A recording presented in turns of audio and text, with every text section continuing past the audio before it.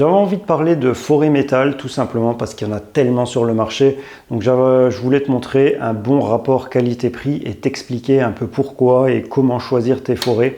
Déjà, je pense que tout le monde a déjà acheté des forêts basiques, bas de gamme. Tu te dis, allez, pourquoi il y a tellement de différence entre un forêt métal ou l'autre? Et après, tu as percé et tu as compris, quoi.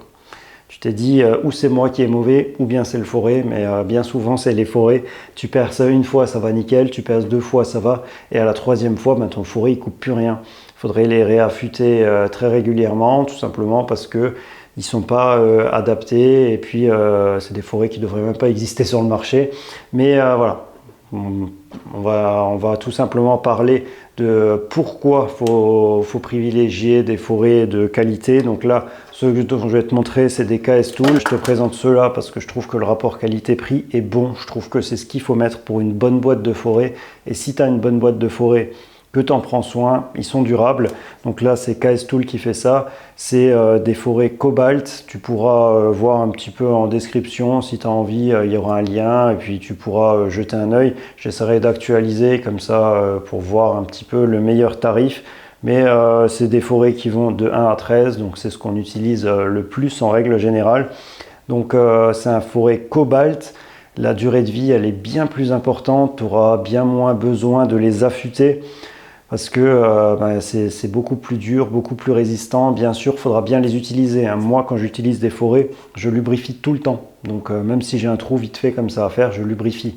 Parce que souvent, ce qui abîme les forêts, bon, c'est sûr, hein, si tu glisses de ta pièce, tu viens taper dans du béton, ça va abîmer les lèvres du forêt. Si tu perces manuellement avec ta visseuse et que tu te mets en biais, que tu fais des trucs bizarres, tes lèvres seront pas bien parallèles en fait quand tu vas percer. Donc déjà ça percera pas bien, et en plus de ça tu vas abîmer prématurément ton forêt. Donc déjà, ce que je te conseille, en plus de lubrifier, privilégier la perceuse à colonne. Moi, je privilégie toujours la perceuse à colonne quand je peux, et quand je peux pas, j'essaye d'utiliser ma perceuse magnétique. Alors on est d'accord, tout le monde n'a pas une perceuse magnétique, tout le monde n'a pas une perceuse à colonne. C'est à privilégier. Pourquoi? Parce que, comme je te disais, c'est important d'avoir vraiment les lèvres du forêt qui sont parallèles, donc bien perpendiculaires à ta pièce en fait. Faut que ton forêt soit bien perpendiculaire à ta pièce pour percer correctement, et moins tu le bouges, moins il s'abîmera. Si tu respectes les vitesses, c'est encore mieux. Si tu lubrifies régulièrement, c'est encore mieux parce qu'il ne chauffera pas. Et grâce à ça, tu vas préserver tes forêts, et ça t'évitera de racheter tout le temps des boîtes de forêt, parce que tu te dis c'est de la merde ces forêts, allez je vais essayer ça, je vais essayer ça. Et au final, le pas cher, comme on dit, ça coûte cher, ça coûte même très cher. Donc là, tu te dis, tu achètes une boîte de forêt, elle va peut-être te suivre, j'en sais rien, ça dépend de l'utilisation que tu en fais, mais peut-être qu'elle va te suivre 10 ans, 20 ans, j'en sais rien. Et voilà, donc 1 à 13, comme dit, c'est ce qu'on utilise le plus. Donc moi, je vais te montrer encore des petits exemples. Là, tu vois, je perce à la perceuse magnétique. Donc là, c'est, je ne sais plus, quelques fers plats, mais c'est du 10 mm d'épée quand même, hein. 10 mm d'épée en 10,5. Donc tu vois que je peux envoyer, je peux percer, ça va nickel. Et des comme ça, j'en ai percé une vingtaine. J'ai percé encore beaucoup de choses avec. Donc voilà, j'ai sursollicité ces forêts.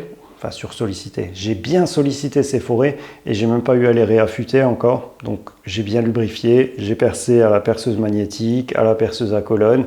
Et sinon, moi j'ai une petite affûteuse, je pourrais en parler une fois si ça t'intéresse. Ça va bien pour les affûter, et puis voilà, ça te permet d'avoir tout le temps quelque chose qui coupe, parce que quand tu as une bonne boîte de forêt, le but c'est pas de balancer un forêt quand il est usagé. C'est dommage déjà, parce que si tu as un bon forêt, de le balancer pour ça, c'est dommage, et ça devient coûteux. Des fois, mieux acheter une petite machine pour les affûter facilement plutôt que de racheter une boîte de forêt. Au moins, tu peux l'affûter régulièrement et tu ne vas pas galérer avec tes forêts. Donc, j'espère que ces petites explications t'auront servi. Comme dit, si cette boîte t'intéresse, tu trouveras un lien en description. Donc moi, je trouve que c'est un bon rapport qualité-prix. Je te dis pas que c'est les meilleurs du marché, mais ils sont super efficaces, durables, et voilà, le prix, je trouve que c'est ce qu'il faut mettre pour une boîte de forêt correcte. Donc j'espère t'avoir éclairé sur les forêts à métaux, et puis moi je te dis à bientôt. Ciao ciao.